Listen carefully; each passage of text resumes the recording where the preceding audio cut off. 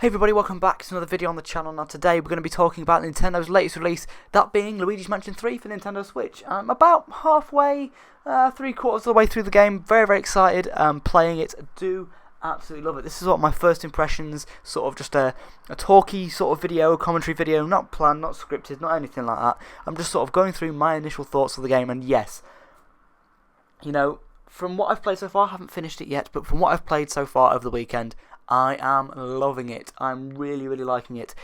It might be my Switch game of the year, honestly. I mean, this year's been good. We had Crash Team Racing, Super Mario Maker 2, Legend of Zelda, lots of things have come out, but yeah, I think Luigi's Mansion 3 might be up there just because of the sheer amount of just time and effort that's really gone into this game. Now, a lot of Nintendo's games really have the quality and time in there, but this Luigi's Mansion, to me, at least, feels like a whole new other level. I feel like lots and lots of time, development and care has really gone into this game. Just the animations are so fluid and so amazing, and the little details in this game are beautiful. Like, there's like a new animation every 5 seconds, which you think would be annoying, you know? Having to see a new sort of cutscene every 5 minutes would be annoying. It's not, because these cutscenes are so enjoyable and so beautiful to see and work so well with it. It just meshes so well with the actual release. Another thing I really like about the game is that it's kind of open world, but not open world at the same time. The game sort of randomly puts you in to this massive mansion that you go on in a visit, and you have a set area to go to. So you can go around all the mansion, but there'll be an objective if you press the start menu. So it'll give you an objective, and it'll say, go to the 8th floor and do this. And it knows where, it tells you where to go.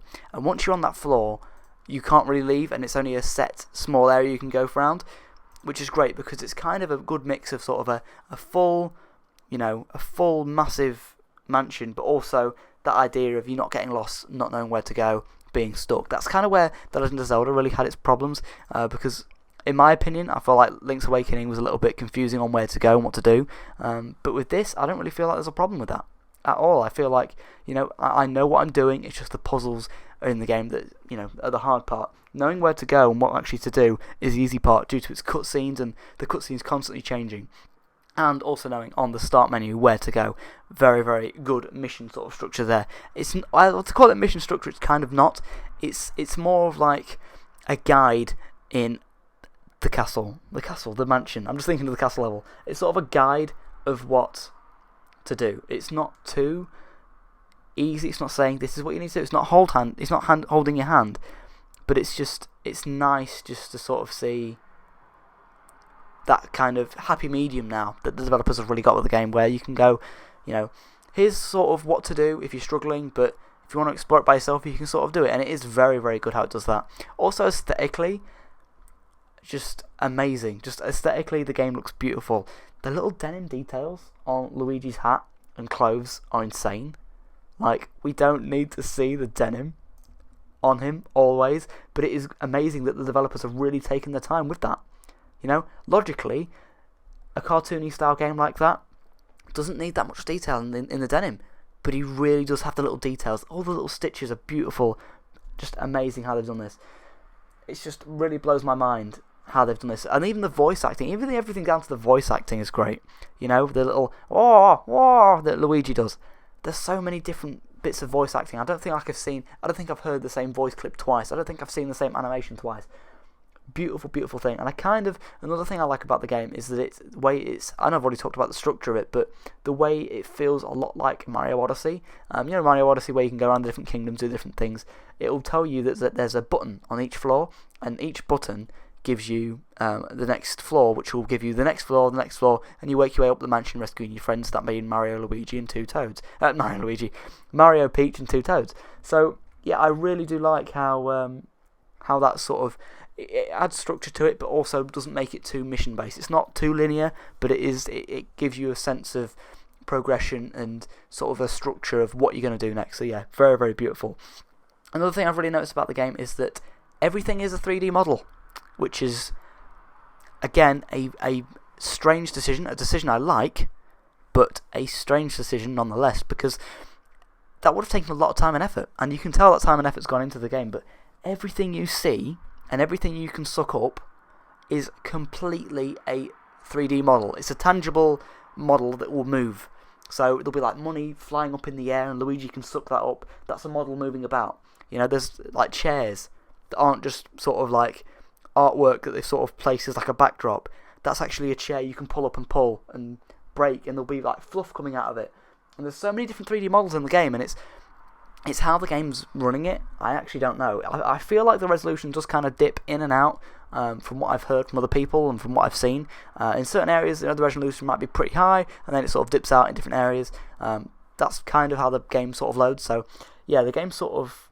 Obviously, you're in the mansion the entire time, but the game loads in a very, very clever way. So, when you're actually in the lift itself, or the elevator, and you put a button in, you select another room or another floor, that's... While you're in that elevator walking around, as you would be going up into another floor, that's where the game's actually loading, where you're going to be next. So it's very, very clever how it loads. And there's technically no load times, which I like, but it kind of is a load time, if that makes sense. I don't know. Let me know if that makes sense. It kind of all in the background, how it all loads things in. So it's very, very cool how it does that. Yeah, like how it loads. And also, in terms of saving, there's no save button. Let me talk about this. So as you go into another room, it automatically loads that room, obviously, but when it loads that room, it saves. So every time you go in and out of a room, it saves, which is a beautiful thing. So there's no need for having to worry about, not saving or whatever. It automatically does it every single time you go in of a room. It is very, very clever and very, very special how it does that. And again, it's one of them things where I feel like Nintendo have really surprised people with Switch again, because everyone's just like, on paper, if we're going after a game, we're going to say, we're having a beautiful game with this intense graphics. This is how it loads. This is how, this is how it runs on Switch. This is a frame rate. This is resolution. On paper, to a lot of people, to me, I think a lot of people would agree with me on this. It doesn't seem that it would run on Switch. And I know it's a completely different game, but I'll reference it here. The Witcher as well. That happened recently. That came out recently, and that also ran amazingly on Switch. Again, it wasn't the full version of The Witcher. We can't expect that. That game is a massive open world game, but it really did work. It really did run. It was a playable version of the game, and it ran okay. Again, this is running better than okay, and it's just, I feel like the Switch is really just, really just pushing everybody's limits, really. Not pushing everyone's limits, just pushing the system's limits, and pushing people's expectations, really. Just really just pleasing people, and like, here's a beautiful game. Will it run on Switch? Yep. Will it run on Switch? Yep. I don't think there's a developer out there, or a company out there, or anything right now that is going, that can't run on Switch. There's no excuse anymore, which is beautiful, and that's how Luigi's Mansion really feels to me. Like, you thought we'd reached a point with Breath of the Wild, and you thought we reached a point with Mario Odyssey, where it's like, yep, this is peak how the Nintendo Switch games are going to look. Looks great, but that's peak. That's what we're expecting. I think Luigi Mansion has outdone Breath of the Wild and outdone Mario Odyssey, to be honest. I feel like it's done better than that. And now with things like The Witcher and the Outer Worlds coming, I mean, yeah, they take a lot of time. They take money and time to develop, so we're not going to get like these big third-party games on release, but, what can't come to Switch? If The Witcher can come to Switch, what can't at this point? And if a game as good-looking as Luigi's Mansion can run pretty much perfectly on Switch, what can't? Basically what I'm saying here with Luigi Mansion is, it's running perfect, it's got a perfect structure, I love it. I absolutely love Luigi's Mansion 3 for Nintendo Switch. I think it's beautiful, I think the structure of it is a perfect flowing game. It feels very, very high budget. It feels very, very high budget. Yeah, I feel like Next Level Games, I believe, has developed this. Yeah, I thought this, to look at it, you would think it would be a first party. Nintendo actually made this in terms of its budget. It really does feel quality. Very, very good. I am absolutely loving Luigi's Mansion 3. From what I've played so far, I'll be happy to give it a solid 9 out of 10. If you're wondering why I said 9 out of 10, that's because I have one slight problem with the game. Slight problem with the game is that the online mode, which does run pretty good and does run okay, I've played a couple of matches of it, is a lot of fun. It doesn't really give you much incentive to play it. That's my only concern. There's also multiplayer modes as well, which are very, very cool to have there, but you can't play them single player as well. And the online modes are there, and you can play them, but there's not incentive to play it.